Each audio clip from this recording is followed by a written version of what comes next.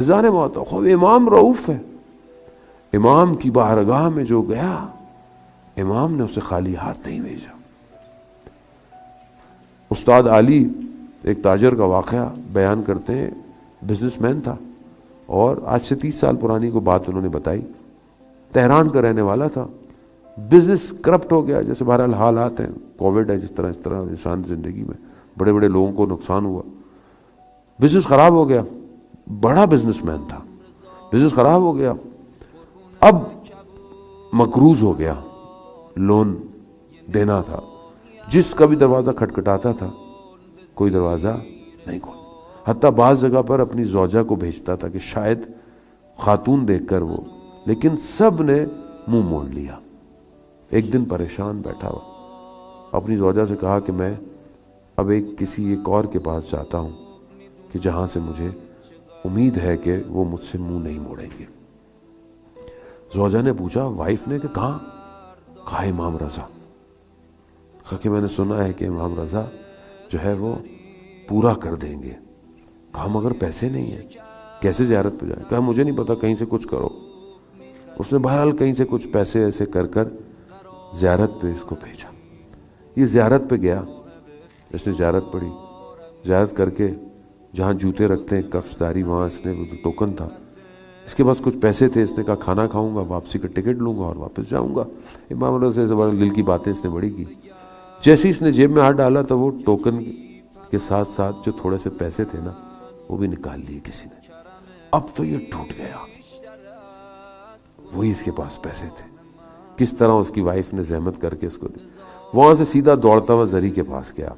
کچھ کہا نہیں اس نے، اور دل میں کہا کہ امام رضا آپ جانتے ہیں، اگر تو آپ نہ جانتے ہو اس کا مطلب ہے آپ امامت نہیں. امامت کا مطلب ہر چیز پہ تشرف ہے. آپ کے حرم سے میں کہاں جاؤں؟ کس طرح میں آیا تھا آپ کے پاس، جو میں تو آپ کے پاس اپنا پچھلا درد لے کے آیا تھا، آپ نے تو میرا وہ بھی. یہ کہتے ہوئے گریا کرتے ہوئے باہر نکلا.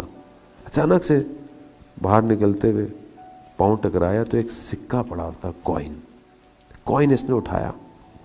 اس نے دیکھا کہ پہلے بوتھ لگے ہوتے تھے، کوئن ڈال کے کال ہوتی تھی. حرم سے نکلا، اس نے بولا کہ وہ بوتھ لگے ہوئے، ابھی بھی لگے ہوئے وہاں پہ. اس نے کہا کہ میں کسی سے مانگوں کہ میں تہران سے آیا ہوں، یہ آیا ہوں، وہ آیا ہوں، تو میری ہمت نہیں ہے کہ میں کسی سے کہوں یہ، کیونکہ وہ ایسا آدمی نہیں تھا، بڑا بزنس مین تھا، کوئی پروفیشنل تھا نہیں کہ لوگوں سے پیسے مانگتا. اس نے کہا کہ یہ کوئن ہے، میں ایک رینڈملی کال کر لیتا ہوں، اگر منع کر دے گا تو کم از کم میں اس کے سامنے تو نہیں ہوں نا، میری انسلٹ تو نہیں ہوگی. اس نے یہی کیا. اس نے سکہ ڈالا، اس نے کال ملائی، کال مل گئی. ایک بندے نے کال اٹھائی، کہا کہ میں تہران سے آیا ہوں، یوں یہ ہے میرا مسئلہ، میرے پاس مجھے کھانے کے پیسے کر دو اور مجھے میری واپسی کا ٹکٹ کر دو تو امام رضا تمہاری مدد کرے. اس نے بولا کہ تم کھڑے کہاں ہو؟ اس نے کہا مجھے نہیں پتا. کہا پوچھو آس پاس. اس نے بتایا کہ میں فلکہ آب اور میدان خسروی، جو خیابان خسروی ہے، اس کے کونے پہ کھڑا. کہا بس وہیں کھڑے ہو، 15 منٹ میں گاڑی بھیج رہا ہوں. یہ وہاں کھڑا ہے. اس نے دیکھا کہ اس زمانے کی مہنگی گاڑی آئی، اور اس نے بولا کہ آپ وہی جس نے کال کی تھی؟ کہاں گاڑی؟ میں سمجھ گیا کہ یہ وہ شخص نہیں ہے، یہ اس کا ڈرائیور ہے. یہ مجھے لے کر گاڑی میں شہر کے ایک بڑے پوش ایریے میں گیا. دیکھا کہ بہت بڑا گھر ہے. میں جیسے اندر ہوا، ایک شخص سیڑھیوں سے نیچے اتر رہا تھا اور آ کر اس نے مجھے گلے لگایا. کہا میں ہی ہوں جس سے تمہاری بات ہوئی ہے. کہا آؤ اندر آؤ. میں اندر آیا. اس نے مجھے چائے پلائی، شربت، ایک بڑا اچھا ویلکم دیا. پھر اس کے بعد اس نے مجھے مفصل کھانا کھلایا، بہترین کھانا. اب میں یہ دیکھ رہا کہ کھانا تو میں نے کھا لیا. اب میں نے کہا کہ بزرگوار زحمت ہوگی، مجھے ٹکٹ کے پیسے دیں تاکہ میں واپس جاؤں. اس نے کہا تمہارا مسئلہ کیا ہے؟ اس نے کہا چھوڑے، میں مسئلہ بیان کر کے آپ کے سر میں درد کروں گا، میں امام رضا سے اپنا مسئلہ نہیں. اس نے کہا مسئلہ کیا ہے؟ کہا میں بزنس مین تھا، میرا بزنس خراب ہو گیا، یہ ہو گیا، وہ ہو گیا، کسی نے بہرحال لون ہے میرے پاس. اس نے کہا کتنا لون ہے؟ اس زمانے میں اس نے کہا کہ میرے 200 ملین تومان میرا لون. اس 30 سال 200 ملین بہت ہوتا تھا. ابھی شاید اس کی اتنی قیمت نہیں ہے، ابھی تو شاید 15-20 $10,000 ہو گئے، لیکن اس زمانے میں بہت تھا. کہا کہ اور تمہیں دوبارہ کام شروع کرنے میں کتنے پیسے چاہیے؟ کہا کہ 60-70 ملین. اس نے چیک نکالا، اس نے 200 ملین لکھے. اب یہ پریشان ہے کہ یہ کر کیا رہا ہے. دوسرا چیک نکالا، اس نے 70-80 ملین لکھے. اس نے بولا یہ کیا ہے؟ ایسے میں ایک جوان آیا اور جوان نے اس کو بڑے ادب سے چائے پلائی اور چلا گیا. کہا کہ یہ تم نے اس کو جوان کو دیکھا؟ کہا یہ میرا بیٹا ہے. کہا کچھ عرصے پہلے اس کو کینسر ڈائیگنوز ہوا. کینسر ڈائیگنوز ہوا اور میں اس کو لے کے گیا تہران ہاسپٹل ادھر. انہوں نے کہا کہ اس کا علاج ہمارے پاس نہیں ہے. لندن میں ایک ہاسپٹل ہے، اگر وہ اس کا علاج کر لیں تو یہ بچ سکتا ہے. خوب پیسے والا تھا میں فوراً لندن چلا گیا. وہاں انہوں نے کہا کہ ہم 3 ٹیسٹ کریں گے، اگر تینوں نیگیٹو آ گئے تو پازیٹیو آ گئے، کچھ ایسا تھا کہ تو ہم علاج کریں گے، ورنہ ہم علاج سے بھی چھوڑ دیں گے. ہم کچھ 2 ٹیسٹ کا رزلٹ جو ہے وہ پازیٹیو آیا. تیسرا ٹیسٹ ہونے والا تھا، وہاں جو کام کرتا تھا اس کو انگلش فارسی، اس نے مجھے بولا کہ دیکھو اس سے پہلے کہ تیسرا ٹیسٹ آئے تم دعا کرو کہ یہ نیگیٹو آ جائے، ورنہ ہم کچھ نہیں کر سکیں گے. یہ 2 پازیٹیو آ گئے. کہہ رہا ہے مجھے پتا تو تھا نہیں، پیسے والا شخص تھا.